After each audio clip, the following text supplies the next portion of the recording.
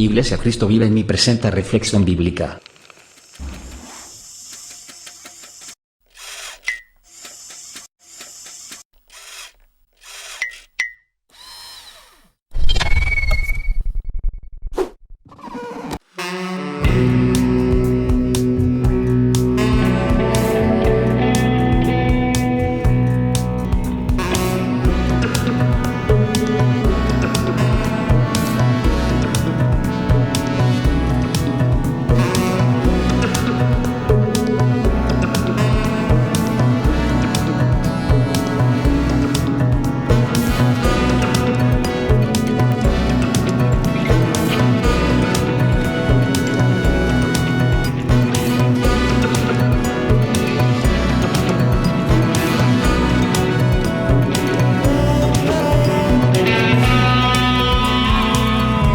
Iglesia Cristo Vive en Mí presenta Reflexión Bíblica con el pastor Bienvenido, Juan. hermano y hermana, a esta reflexión bíblica en este programa, en esta tarde.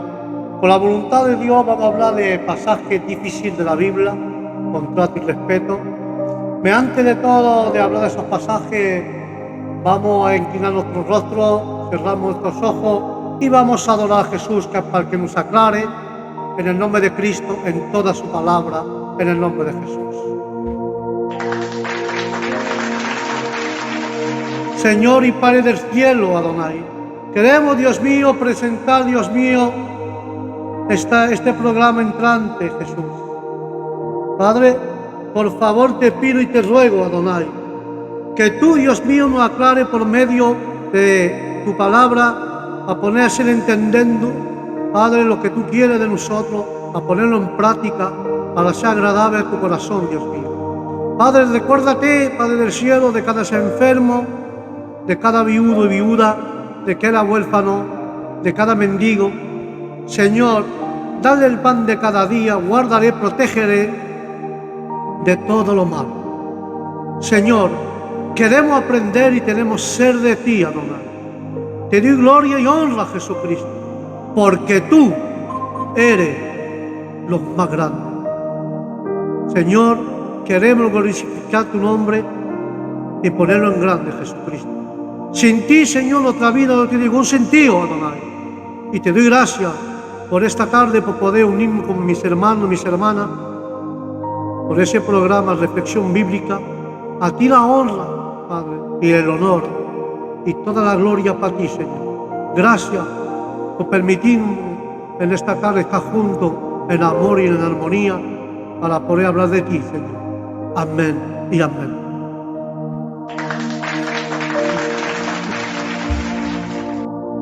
En esta tarde, a esta reflexión bíblica, vamos a tratar de hablar del libro de Génesis, con la voluntad del Señor, y hablamos del capítulo 1 y 2, y vamos a hacerlo por partes porque es un estudio muy largo con cada libro que vamos a estudiar, pero empezamos con el libro de Génesis, y sabemos que capítulo 1 y capítulo 2 habla de Dios, pero de otro atributo o nombre de Jesús, que a Dios a veces se lo llama Elohim u Yahvé.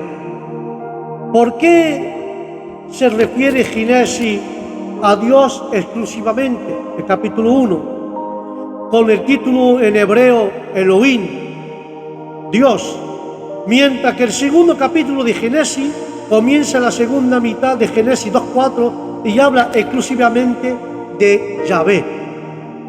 Yahvé, Elohim, es decir, el Señor Dios. Amén. Esta divergencia entre los nombres divinos de tal llamamiento se ha sido común en los círculos críticos de la erudición bíblica, concluir que el escritor, según la preferencia de los estudios de la escuela crítica, el redactor de una especie de editor, corrector de texto, usó dos fuentes diferentes para los dos relatos de la creación y se encontraba con los dos capítulos. Y la persona que abrió el camino para esta teoría de la doble fuente fue Juan Astruc, el médico personal de Luis XV, y profesor de la Facultad de Medicina de la Universidad de París.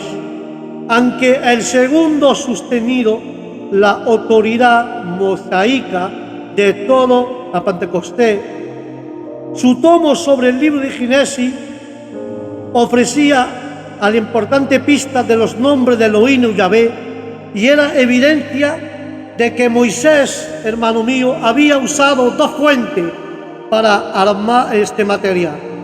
La primera es un material obviamente registrado el evento que ocurrió antes de su época, y sin embargo esta explicación de cómo Moisés tuvo acceso a un material mucho anterior a su propia vida y razón del uso de los dos nombres era demasiado superficial. No tomaba en cuenta la variación, y en el ejemplo de estos dos nombres divinos, en el libro de Génesis estaba sujeto a ciertas reglas que podría describir con bastante precisión. En primer lugar, en el nombre Yahvé, es decir, Señor, vamos a notar la convención que usa mayúscula para este nombre en lugar del Señor, que expresa otra palabra que significa algo así como amo. En su uso para el ser humano es Señor. Y en su sustantivo propio, usado exclusivamente para el Dios de Israel, hermano mío, por otra parte, había el nombre de Elohim, que es un término genérico que significaba Dios, que solo después se convirtió en nombre propio. Se utiliza Yahvé cada vez que la Biblia enfatiza la relación personal de Dios con su pueblo y el aspecto ético de su naturaleza. Por otra parte, la palabra Elohim se refiere a Dios como el creador de todo el universo, de personas y objetos, especialmente del mundo material. Él era el gobernador de la naturaleza, la fuente de toda vida, en el nombre de Jesús. Esta variación de nombre divino se ve con mayor dramatismo en el texto, como en el libro de los Salmos 19, y en este salmo se usa Elohim en la primera parte que describe la obra de Dios en la creación y su relación con el mundo material. Pero la mitad del salmo del salmista cambia de tema a la ley de Dios del Señor y la relaciona al Señor con lo que conoce. Allí aparece el nombre Yahvé. Y hay una complicación más, porque en el libro, hermano mío, de Éxodo 6:3 comenta que Dios, y dice, yo me aparecí a Abraham, a Isaac y a Jacob como Dios poderoso, pero con mi nombre, Señor. No me di a conocer a ellos. La solución de esta aparente contradicción a uno de los 150 usos del nombre de Yahvé durante el periodo patriarca se encuentra en un punto técnico de la gramática hebrea conocido como verb incentine, en la frase con mi nombre. Esta frase significa, hermano mío, que aunque Abraham, Isaac y Jacob oyeron y usaron el nombre de Yahvé, esta es la época de Moisés, que se puso de manifiesto el carácter, la naturaleza y la esencia de este nombre. Una mejor traducción de con mi nombre en el carácter o en la naturaleza de Yahvé no fui conocido. Es así que el nombre de Yahvé, hermano mío, se usa cuando la Biblia desea presentar el carácter personal de Dios y de su relación directa con los seres humanos, que tiene una asociación especial con Él. Pero el contrario, Elohim, ocurre cuando la Escritura se refiere a Dios como un ser transcendiente que es el autor del mundo material, pero se usó por estar por encima de él. Elohim expresa el concepto más fisólico que conectar con la deidad, con la existencia del mundo y de la humanidad, pero para los que buscan la perspectiva de Dios más directa, personal, orientaba la etiqueta de término Yahvé, que es más apropiado en el nombre de Jesús. Amén. Yo lo creo por la fe, hermano mío, que todo lo que hace Dios lo hace bien. Aleluya. Pero en consecuencia, hermano mío, Génesis 1 usa correctamente el nombre de Elohim, porque lo que enseña de este capítulo es el papel de Dios como creador de todo el universo y de todas las cosas vivientes y de todo lo mortales, pero sin embargo el tema se reduce inmediatamente en Génesis 2 y 3, capítulo 2 y 3, que describe la relación muy íntima y personal de Dios con la primera pareja humana, Adán y Eva. Se describe a Dios caminando y hablando con Adán en el jardín del Edén. En consecuencia, apropiado, agregará Yahvé y Elohim para indicar que Elohim de toda creación ahora es Yahvé, que tiene un íntimo interés y mantiene una relación personal con aquello que camina y habla con él. Aleluya. Cuando se trata de la palabra Yahvé, cuando se trata de la palabra, Elohim, eso está diciendo y poner el carácter de Dios como el Dios creador de todo el universo. Pero cuando el nombre cambia de Elohim pasa a Yahvé, es que el Elohim indica que Yahvé indica, hermano mío, que ahora usted tiene una intimidad con Dios, una relación y camina con Dios y habla con Dios. Cuando Dios no te conoce se llama Elohim, el creador de todo. Pero cuando tú caminas con Dios y hablas con Dios, su nombre Elohim se convierte en Yahvé, el que tiene una relación personal y un caminar personal y una íntima relación con Dios y que habla personalmente con Jesús. De nombre de Elohim pasa a Yahvé en el nombre de Cristo. Pero el capítulo de Génesis 1 y 2 puede ser un libro poético, figurando, histórico, pero encontramos el relato de la creación de Génesis en el capítulo 1 y 2, hermanico mío, en los estilos mítico y poético de la mayoría de los relatos del origen del mundo y del antiguo cercano oriente, pertenece a otro tipo de género literario que en conclusión debimos sacar de la naturaleza respectiva de varias frases de lo que parece ser una forma estereotipada de cada uno de los actos creativos de Dios. Es más, vemos la manera en que se presenta a Dios como mano, nariz y demás.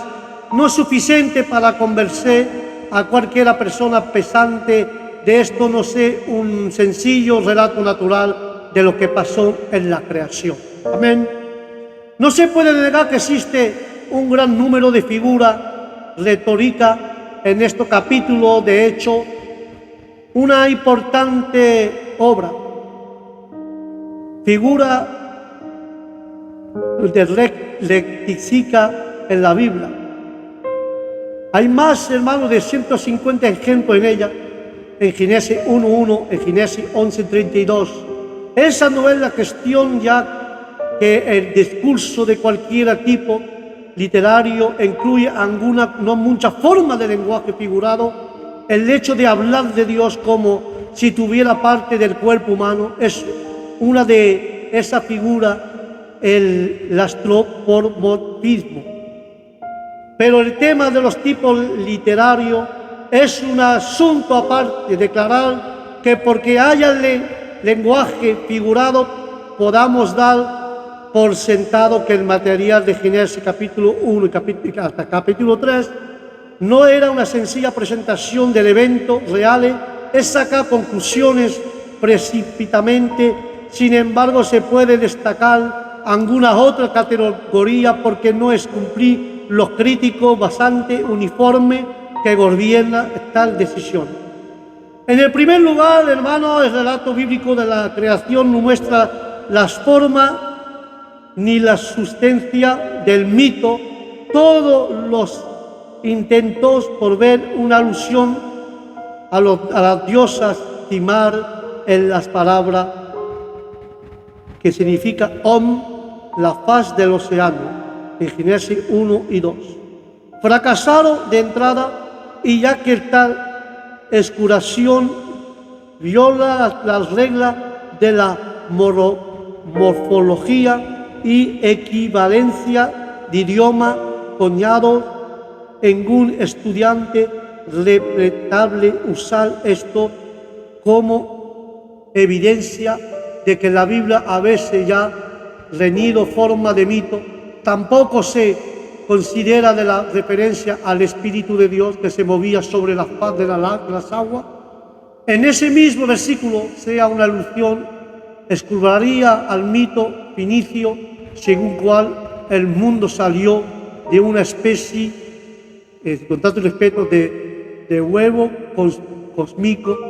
En ese resumen no se ha hallado nada de la narración bíblica de la creación que la vincule de la cosmogonía mística del antiguo cercano Oriente. Tampoco podemos decir que Génesis 1 y 2 tenga forma poética. La forma hebrea del verbo es la misma que se usa habitualmente en la narración hebrea. Además, la poesía hebrea casi nunca utiliza el indicador hebreo, el objetivo directo, mientras que Génesis 1 y 2 si lo hace. Más formas gramáticas sintácticas adicionales en Génesis 1 y 2, que solo se encuentra el género de la prosa literal, no en la poesía. En consecuencia, estos relatos no pueden clasificarse como poesía. Sin embargo, lo que encontramos es una narración cuidadosa y estrechamente razonada de los eventos que se expresa en forma seca, casi didáctica. En Génesis 1 se enfrenta la definición del nombre admirable, la evaluación y el orden general del acontecimiento como tal. Los relatos tienen más común como la prosa narrativa que con cualquier otra cosa, aunque el relato de Génesis no puede llamarse histórico en el sentido habitual de la palabra usada para indicar hecho independiente, verificable por dos o más fuentes o testigos. Ciertamente parece representar como un registro de eventos reales en la corriente de lo que ha acontecido en nuestro tipo de mundo y en el tiempo del mundo y del espacio. Amén. Vamos a correr un poco, ya que habla de esto. Vamos a ir al capítulo siempre 1, el versículo 28, cuando Dios está la explotación de la naturaleza. Esto anima la bendición, en el versículo 28, anima la bendición pronunciada por Dios en el Génesis 1 a la raza humana a tratar el medio ambiente como nos place. Es el desequilibrio ecológico actual observamos en tanta parte del mundo, producto de nuestra arrogancia cristiana ortodoxa hasta la naturaleza según la acusación. Aleluya. Por fin ha llegado a reconocer de manera general que el líder científico y tecnológico del Oriente debe tener su raíz en la revelación bíblica de la realidad del mundo visible y el hecho que el mundo tuvo un comienzo. La idea de un comienzo era posible en el cuadro de los anteriores conceptos críticos y cíclicos del tiempo. Además, la herencia cristiana favorece concepto que avanzaba la esencia como el uniformismo, un concepto clave en la revolución científica del siglo XVIII y la revolución industrial en el siglo XVIII y XVII. Pero la comunidad academia acordó este reciente reconocimiento regañadiente. Apenas ganada esta batalla, surgió una acusación paralela de que la Biblia enseña que la voluntad de Dios era el hombre explotará la naturaleza para su propio fin. Lo que se había perdido ecológicamente era el espíritu del animismo pagano, de acuerdo al cual cada árbol, manantial, arroyo y colina tiene un espíritu guardián que debe ser aplacado. Era el caso de inclusiones en el medio del ambiente cortado, árboles, minado, montaña, representando arroyo. El cristianismo prevaleció sobre el animismo primitivo, según el argumento, lo cual permitió explotar la naturaleza con una actitud de indiferencia hacia todos los objetos naturales. Se podría citar en Génesis 1:28 como la autorización del cristiano a hacer juntamente esto. Pero sin embargo, este esquema es una distorsión no solo de este versículo, sino de toda la Escritura en general. De hecho, todas las cosas son igualmente resultado de la mano creadora de Dios. En consecuencia, la naturaleza en real tiene gran valor y la única diferencia entre la humanidad, hermano mío. La eternidad y el resto, hermano, de la creación es que Dios puso su imagen a los hombres y a las mujeres, dándole un valor adicional, y puso todo el orden creador delante de ellos para que ellos lo administraran. El don del dominio sobre la naturaleza no está previsto como una autorización para usar o abusar. El orden creador, como quisiera las personas para su propio provecho de egoísta. Ninguna manera debía de ser los seres humanos ser abusivos ni desconocer una autoridad superior. Adán y Eva debían ser responsables delante de Dios de todas las maneras en que cultivaba o no cultivaba el mundo natural con lo que los rodeaba. De cierto, la palabra sujetar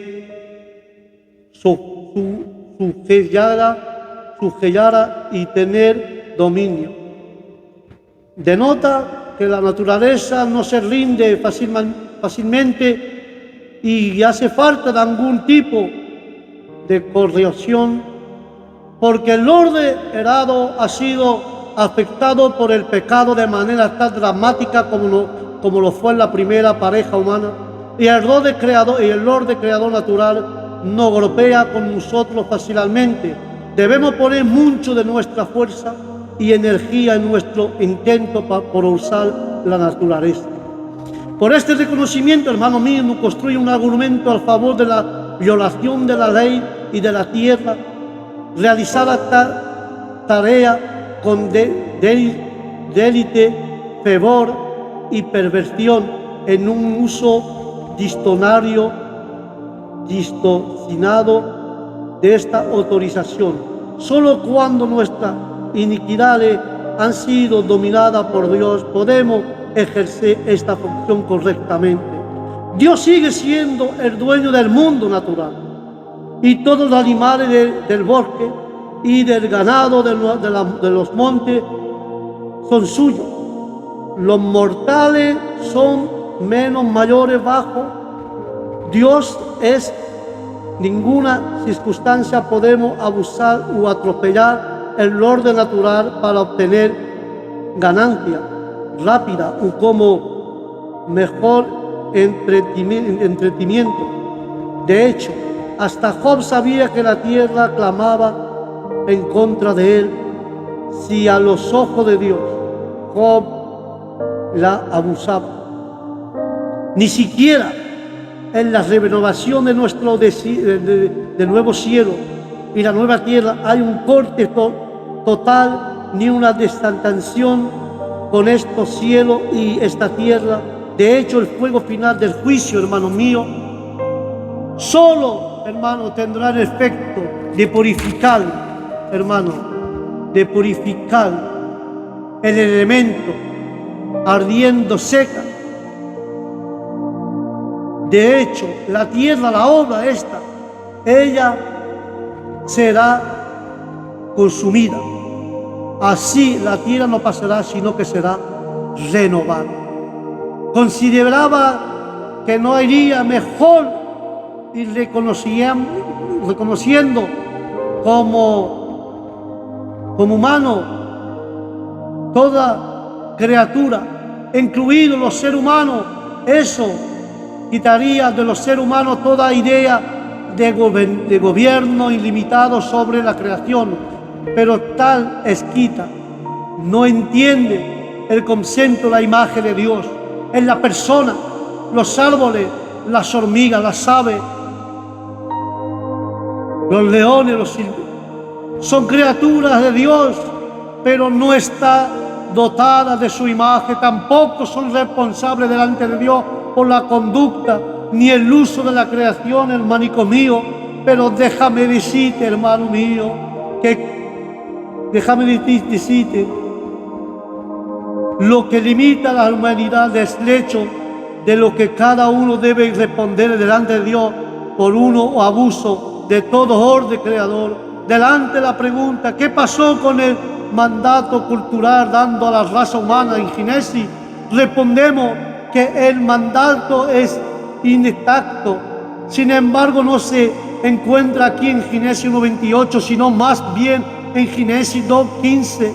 Allí Adán recibe la tarea de cultivar el jardín del Edén y de cuidarlo. Ese es el mandato cultural en el nombre de Jesús. Aleluya, aleluya. Y vamos a seguir avanzando, capítulo 2, versículos 16 y 17. Vemos que ahí, en ese versículo, habla de una prueba de injusticia. ¿Por qué probaría Dios a Adán colocando el árbol del conocimiento del bien y del mal en el jardín, por luego decirle que no comiera de él? Especialmente, hermano, cuando según su presencia divina sabía que había juntamente esto. ¿Cuál es el motivo de ese ejercicio? ¿Qué probaría en última instancia? El Creador tuvo el bien poner una prueba especial de obediencia para el hombre y luego para la mujer que había formado, ya que Adán y Eva fueron formados perfectos por la mano de su Creador y estaba obligado por las leyes de su propia naturaleza a amar, a honrar y obedecer a aquel que le había dotado. Sin embargo, ese amor, esa honra, esa obediencia era un conjunto de dones sin probar. En consecuencia, era necesario de hacer un ensayo, una prueba de su obediencia hacia ese agente moral y libre. Por eso Dios ha probado a Adán y a Eva para ver si tenía, si no honraba, si tenía amor y si obediencia. Porque era un don que tenía, pero Dios no lo había usado. Y Dios lo pone a prueba y lo usa. Por eso Dios le dice de no comer del árbol de la esencia divina. En más, era para probar el amor, el honor, para ver si honraba a Cristo y para ver si ellos tenían obediencia. Así de Dios nos prueba para ver si lo obedecemos. Pero sin embargo, la prueba no podía ser la violación de una obligación moral, como la del catálogo.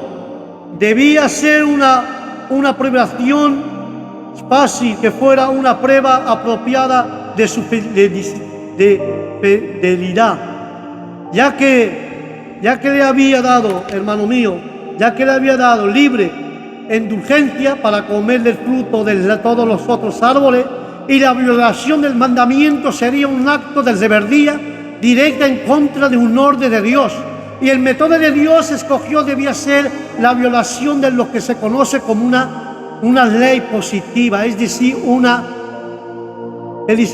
que era verdad meramente porque Dios había dicho que era verdad.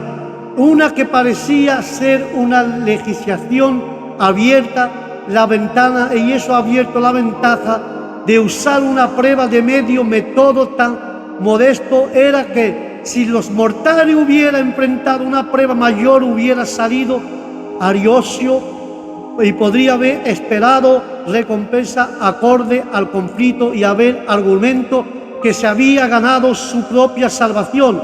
Pero la prueba era sencillamente atacada en un orden de Dios. Vindicacía las acciones posteriores de Dios. Además demostraba que los mortales de la mano de Dios poseía cierta libertad de la cual sería responsable. Como tal, no hay nada de abuso ni denigrante para ser supremo en esta prueba. La perfección de Dios exige lo mismo de su criatura, pero cuando esa perfección son otorgada provisionalmente por derecho de creación, esta bondad de Dios debe probarse adicionalmente delante de que prueba decirle que existía permanentemente a partir de entonces, a partir de ahora. Y cuando leemos, hermano mío, ejemplo capítulo 2, versículo 17, ¿por qué no murieron enseguida Adán y Eva? Porque no murieron Adán y Eva el mismo día que había desobedecido a Dios y comieron del fruto prohibido. Adán vivió 930 años según Génesis 5:5. Fue la palabra, hermano mío, de Satanás en Génesis 3:4. Ciertamente no morirá. Una evaluación más acercada de la situación real de lo que Dios había dicho en Génesis 2:17. El día que coma de él ciertamente morirá. Y Satanás más escuchándole honesto del mismo Dios. Este pasaje es difícil, tiene un examen, al menos tres conceptos diferentes, cubierto por la cita de Génesis 2:17, el árbol de conocimiento del bien y del mal. El segundo significado de la frase, el día que coma de él, y el significado de la frase, ciertamente morirá. Primero, el árbol, no hay ningún fundamento para creer que el árbol haya sido un símbolo mágico, ni que haya detenido una inmensa secreta automáticamente indisturía un amplio cuerpo que conocimiento que acabaría la gama entera del bien y del mal. Más bien es más seguro supone que el árbol funcionaba de manera parecida a la ordenanza o el sacramento neotestamentario de la cena del Señor. Eucaristía. El árbol era un símbolo expresado, un árbol real, así como el pan y el vino son símbolos expresados en pan y vino reales. De manera similar, el árbol de la vida también era un árbol real. Sin embargo, simbolizaba el hecho que la vida era el don especial otorgado a las personas por Dios. Por eso también nos avisa a los participantes que no tomara de la Santa Cena indignamente, porque cuando se come y bebe los elementos con libertad, y cuando una persona no ha confesado verdaderamente a Cristo como su Salvador, la participación indigna de estos elementos, más bien comunes, la menos en apariencia, causa enfermedad y en algunos casos la muerte. Primer libro de Corintios 11:30. Y del mismo modo del árbol era un símbolo para probar las acciones de la primera pareja humana. Obedecía a Dios o había de su propia voluntad. En posición al claro mandamiento de Dios, argumentar que el árbol tenía un poder mágico para conferir el conocimiento del bien y del mal sería perder de vista la intención divina.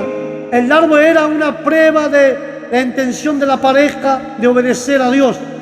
Y el hecho de los hombres y de las mujeres podría alcanzar el conocimiento, hermano mío, del bien y del mal. No es así ni entesiable ni sensutable. El conocimiento es sino era lo que estaba previsto.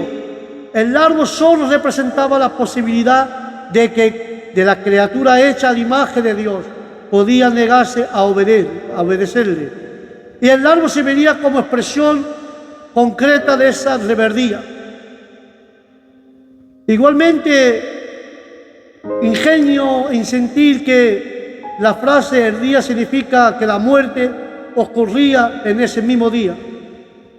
Un poco, hermanos míos, un poco de conocimiento, la expresión hebrea también había la intención, por ejemplo, en Primera de Reyes 2:37, el rey Salomón avisó a un sencillo Simené: el día que salga y cruce el arroyo de Condredor, morirá irremediablemente. Y ni el rey ni el texto de Génesis sugiere acción inmediata en ese mismo día. En el lugar de ello señala la certeza de la enseñanza provida, que sería puesta en marcha por el acto realizado en ese día. La expresión alternativa incluye cuando, en el momento, ahora, en aquel día. Cuando vemos Génesis 5:1, Éxodo 6:28, 10:38 y 32:34. Y la última inquietud es porque la definición de la muerte de la Escritura se refiere a tres tipos de muerte diferentes con frecuencia. Solo el contexto ayuda a identificar y indicado a ese que existe la muerte física, la muerte espiritual, el tipo que obliga a la persona culpable a esconderse de la presencia de Dios, como lo hizo esta pareja, y a la hora de compañerismo en el jardín, Génesis 3:8. La segunda muerte a la cual se refiere Apocalipsis 20:14, cuando una persona queda separada de Dios de manera final, toda y eterna, sin esperanza de cambio, tras una vida de rechazo a Dios. Y de este caso el resultado inmediato que la desobediencia expresa por forma y toma un fruto real de un árbol real en un jardín real, fue la muerte espiritual. La muerte se produjo inmediatamente y se volvieron muertos en delito y en pecado. Está escrito en Efesios 2:1. Y para esta separación y esta asilamiento de Dios también produjeron la muerte física. Sin embargo, esto fue más un producto secundario de un resultado directo de su pecado. La muerte espiritual era el verdadero asesino. Amén. Y vamos a concluir, hermano mío, y vamos a concluir con ese versículo. Lo creo con la palabra de Dios, y vamos a concluir, hermano mío, con ese versículo que se encuentra en Romanos 5:12. En Romanos 5:12 sabemos todos, hermano mío, lo que Dios quiere. Son pasajes difíciles de la Biblia y vamos a probar a entender lo que Dios quiere. Aleluya. Y ese pasaje, para que lo encuentre, 5:12, el triunfo de la obra de Cristo sobre el pecado de Adán. Esto habla. Y el resto del capítulo 5 sirve como puente entre entre la primera parte de la carta y la segunda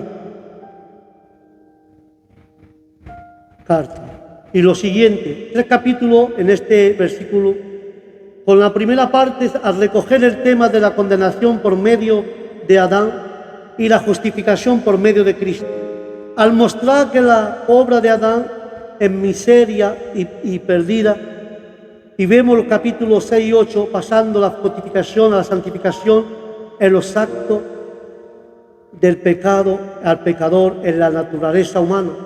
Adán, hermano mío, Adán presentado en estos versículos como la cabeza federal, un representante de todo aquello que estaba en la vieja creación, y en la nueva creación una cabeza federal actual por todo aquello que estaba debajo de él. Por ejemplo, cuando el presidente de un país firma un proyecto de ley, lo transforma en ley, está actuando por todas las personas del país. Amén. Esto es lo que sucedió en el caso de Adán, como resultado de su pecado a la muerte humana entró al mundo. La muerte vino, dice la palabra, a ser parte común de todos los descendientes de Adán, porque todo de él pecaron. De cierto, todo cometía también actos de pecado, pero no es esto lo que aquí he tratado. La tesis de Pablo es que el pecado de Adán fue un acto representante en toda su posteridad, encortada como que pecaron en él. Alguna podría objetivar que fue Eva y no Adán quien cometió el primer pecado en la tierra. Esto es cierto, pero por cuanto Adán fue el primer ser creado, le había sido dado la condición de obrar. Así que él ha visto cómo ha actuado por todo su descendiente. Cuando el apóstol Pablo dice que la muerte alcanzó a todos los hombres, se está refiriendo a la muerte física, aunque el pecado de Adán trajo también la muerte espiritual. De lo que estaba en la vista es la muerte física. Cuando acudimos en este pasaje de la Escritura surge inevitablemente cierta pregunta. ¿Es justo que la posteridad de Adán son constituidos pecadores solamente porque él pecó? ¿Condena a Dios los hombres por nacer pecador o solo aquellos pecadores que realmente cometen ellos? Si los hombres nacen, hermano mío, con una naturaleza pecaminosa, y si por lo tanto peca porque nace pecadores, ¿cómo puede Dios tenernos como responsables de lo que se hace?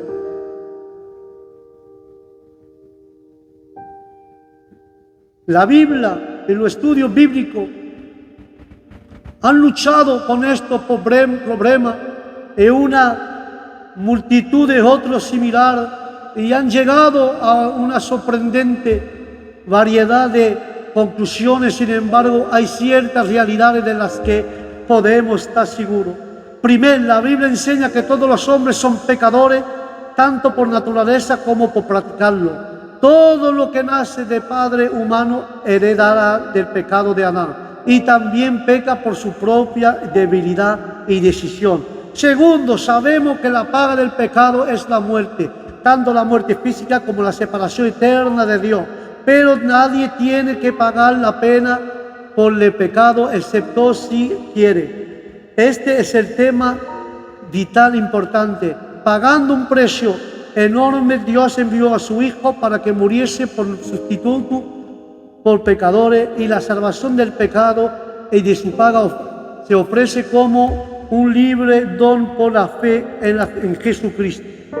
El hombre es condenado sobre un triple base. Tiene una naturaleza pecaminosa. El pecado de Adán les ha imputado, es un pecador por práctica. Pero su culpa culminante es un rechazo de la provisión que Dios ha hecho y procurado por su salvación. Pero cualquiera pregunta, ¿y qué es lo que nunca ha oído el Evangelio? Esta pregunta está respondiendo al menos en parte en el capítulo 1 y más allá de esto. Podemos descansar en la certidumbre de aquel juez de toda la tierra hará que es justo. Nunca actuará ni en justicia ni en debilidad. Todas sus decisiones están basadas en la equidad y en la rectitud. Aunque determinadas situaciones planteadas, problemas para nuestra corta vista, no son propiamente para él. Cuando se haya oído la última causa y cierre las puertas del tribunal, nadie tendrá una base legítima para apelar el veredicto. Aleluya.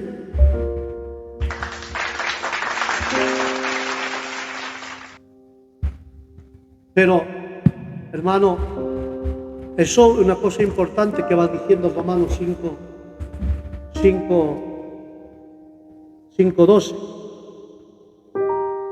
Pero aquí podemos ver, hermanico mío, que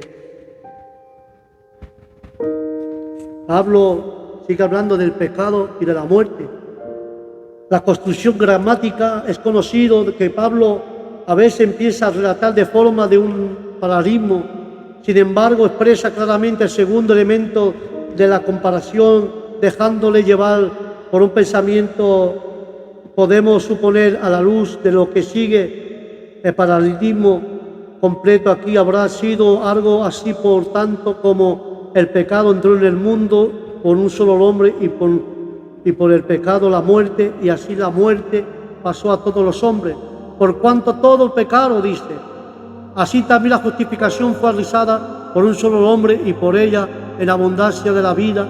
La idea se aclara en totalidad del pasaje y nosotros hemos de examinar, hermanos míos, tenemos que examinar, hermanico mío, todos nosotros, el concepto y el orden que se presenta. La muerte de todo demuestra el pecado de todo. Cuando vemos el paradigma y el contraste entre Adán y Cristo, se surge en segunda, pero, hermanico mío, más tarde es mejor que nos fijemos en aquel relato y reinado general de la muerte. Aún delante de la ley que demuestra una causa universal, que es el pecado. Este enlace íntimo entre el pecado y la muerte constituye uno de las constituciones doctrinales. Es un importante de la Escritura y remontar hay solamente un aviso en Génesis 2:17, que como lo hemos visto, en el día en que día comiere, ciertamente morirá. Es decir, a ocurrir a la desobediencia, Adán ha transgredido la ley y la esencia de su ser era su sumisión al Creador, lo que trajo indefinidamente como consecuencia la separación espiritual entre Dios y el hombre. ¿Qué es la muerte? El pecado entró en el mundo de fuera, pero por medio de un solo hombre, quien no puede ser otro que la cabeza de la raza de Adán. Doctrinalmente, la última cláusula, muy importante, por cuando todo pecado, se hay a entender que él, o sea, que Adán, según el pensamiento de Pablo, la raza se hablara o aún dentro de su progenitor, de modo que la caída de este trajo como consecuencia la caída de toda la raza humana, de tal forma que los hombres, tal como lo conocemos nosotros, son pecadores por naturaleza, pecan porque son pecadores y no llega a ser pecadores porque peca bien, que es un acto consciente de pecado, aumenta su responsabilidad moral delante de Dios.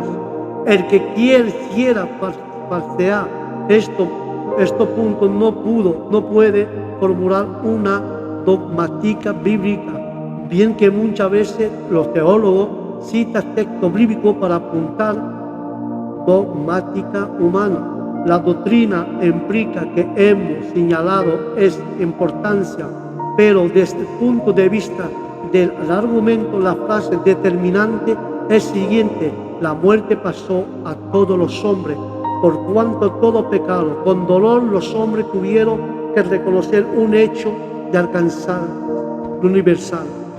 Todos murieron. Podría tratarse de un Matusalén con casi 1000 años en cuesta, o podría ser el caso de una criatura del día, pero el hecho es que nadie se librará de la muerte.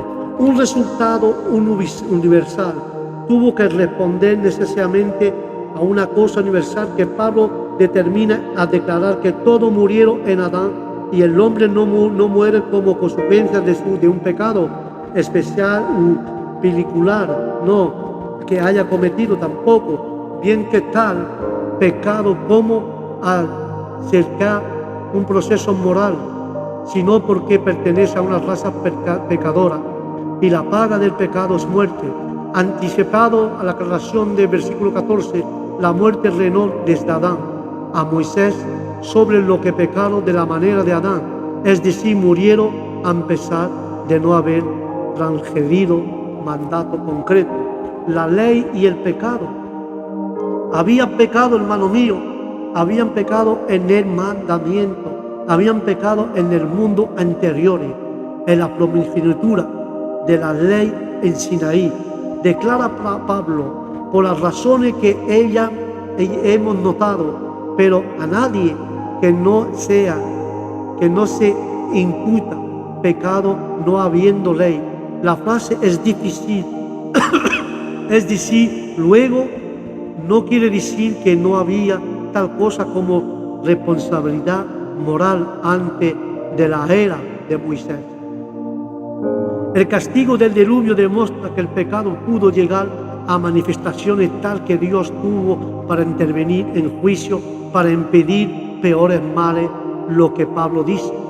Y es un tema predilecto suyo. Es una presencia de la ley, imparte un carácter especial al pecado, puesto que el pecador insiste a su perversión aún a la luz del mandamiento divino que él ha prohibido. Y entonces, cuando el pecado se convierte en una transgresión, o sea, una ofensa legal que lleva y implica en sí una actitud netamente rebelde. En este pasaje se describe el pecado por el uso de 3 términos que terminan en 3 caracteres distintas del mal en el nombre. Arramatía, el término más corriente del Nuevo Testamento, señala una disposición predominante en el hombre que le impide llegar a la norma de su humanidad, como criatura hecha a la imagen y semejanza de Dios. Para Toma es una caída resultado de un tropiezo que aleja al hombre de Dios y se traduce generalmente por ofensa.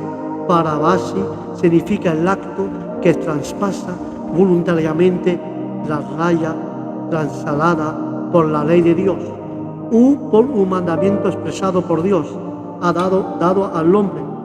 El pecado de Adán constituyó tanto un paratrauma como un paradis base que introdujo la armatía de su decencia en su época de Adán a Moisés.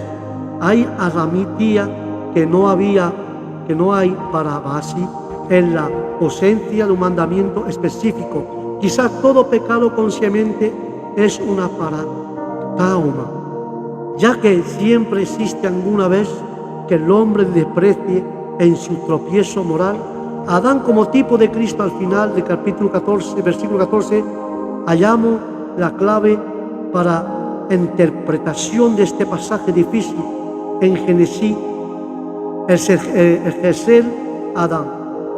Pablo dice, es figura de que había de venir redimiendo al lector el expuesto en el parágrafo introducción, para que vea la tremenda importancia doctrinal de esta comparación entre las dos cabezas de la raza. A causa de este paralelismo, constato la frase en Adán significa la condición. Aleluya. Significa la condición, hermano.